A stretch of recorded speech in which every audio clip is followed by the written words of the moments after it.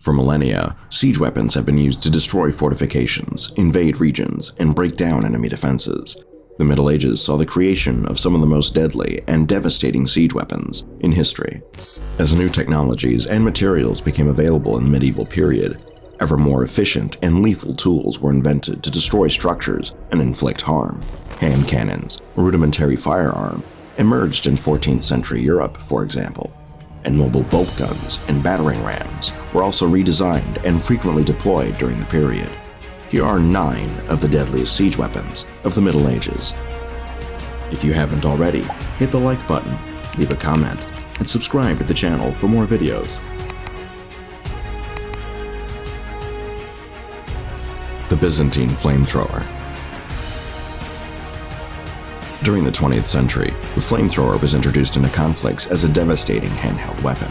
But the basics of the modern-day flamethrower were pioneered 1,200 years earlier during the Byzantine Empire, where images of it are depicted in medieval manuscripts. It worked by blowing and sucking air from a valve in the handle, which has been filled with naphtha or quicklime, a substance known as Greek fire, the ancient equivalent to napalm. The weapon was used during the Middle Ages to lay waste to enemy boats, turning the tide on many battles.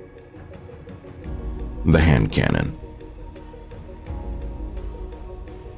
Also known as the gon or handgun, it was the first true firearm used in medieval times and the successor to the fire lance. What is possibly the oldest type of simple metal barrel firearms, the hand cannon required manual ignition through a touch hole. First used in China, the weapon was introduced throughout Europe in the 14th century. Its practicality meant it could be held in 2 hands, while a second person administered the ignition using red-hot irons or slow-burning matches. The projectiles used in the hand cannon ranged from rocks to pebbles and arrows. The ballista. Sometimes known as a bolt thrower, the ballista was a siege weapon that was able to launch large projectiles at targets in the distance. Similar to a large crossbow, it used the tension of a series of springs to launch large bolts. It was first designed by the ancient Greeks and remained popular during the Roman period, predating the more effective trebuchet.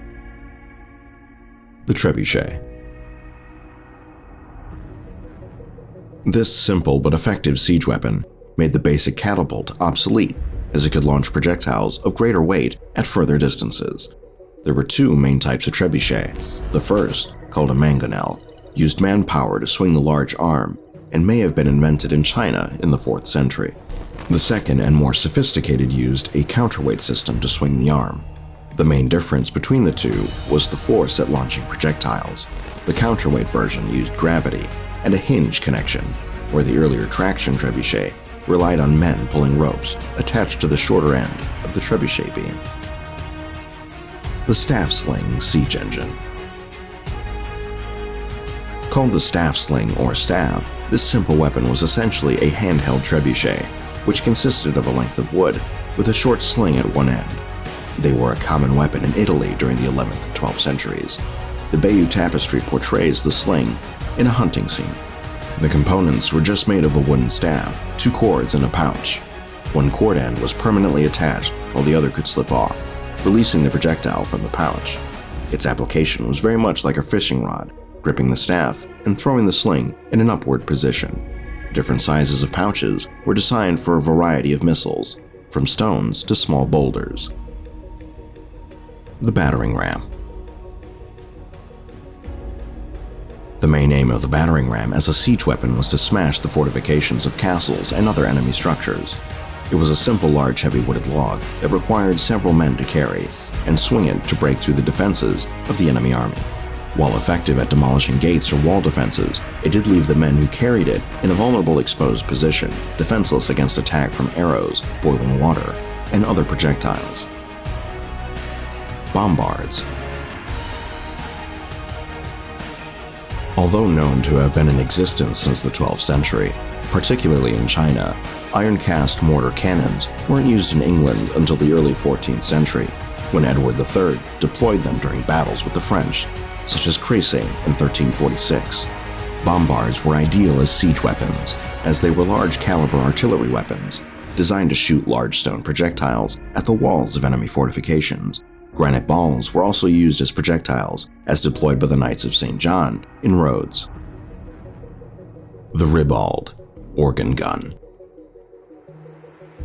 Also known as a ribaldkin or organ, the ribald was a mobile device on wheels containing many small caliber iron barrels set on a platform. When the gun was activated, it fired the missiles in a volley like a modern machine gun, creating a shower of iron bolts towards its target. Siege tower. Essentially a tall wooden tower on a frame with wheels, the siege tower could be pushed up against castle walls, allowing attackers to climb ladders or stairs inside the tower. The robust structure allowed a degree of protection from enemy fire of arrows or other projectiles. Due to their size, siege towers were usually used after other attempts to enter a fortification had taken place and were often built at the location of battle. First used by ancient Romans, Assyrians, and Babylonians before they were introduced into Europe in the Middle Ages, they became increasingly sophisticated, allowing up to 200 soldiers to be mobilized to strategic points as they were moved. Thank you for watching. See you in the next one.